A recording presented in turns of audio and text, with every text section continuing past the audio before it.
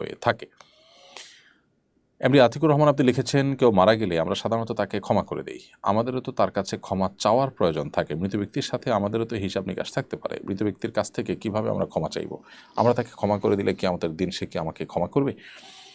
কাউকে ক্ষমা করলে সেটা একটা ইবাদত, সেটা একটা নেকামল।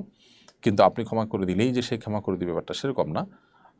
এই জন্যই তো জীবদ্দশাতে কারোর সাথে কোনো পাওনা দেনা থাকলে, কোনো প্রকার আপনার ক্ষমা চাওয়ার মতো ইস্যু থাকলে সেগুলো চেয়ে ফেলা উচিত। নবী করিম সাল্লাল্লাহু আলাইহি ওয়াসাল্লাম বলেছেন, সেদিন আসার আগেই তোমরা পরস্পরের মধ্যকার বিবাদমান বিষয়গুলো নিষ্পত্তি করে ফেলো, যেদিন কেউ কারোর হবে না, এবং প্রত্যেকটা বিষয়ের বিচার আল্লাহ তাআলা করবেন।